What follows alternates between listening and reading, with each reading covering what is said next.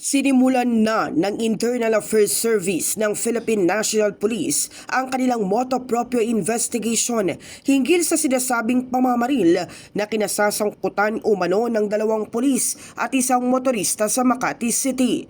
Ang insidente ay nasaksihan ni ACT Teachers Party List Representative Franz Castro. Ayon kay IAS Inspector General Brigadier Dulay, tinitingnan na kung nasunod ang police protocols at kung may lapses ang mga pulis sa kanilang operational procedures. Maalalang isiniwalat ni Castro ang pangamba sa kanyang seguridad sa House Quad Committee hearing noong December 12 nang masaksihan ang insidente ng pamamaril.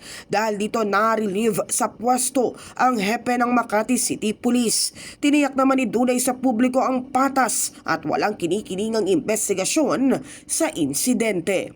In the heart of changing lives, ito si Brigada Kath Austria ng 105.1 Brigada News sa FAM Manila, The Music News Authority.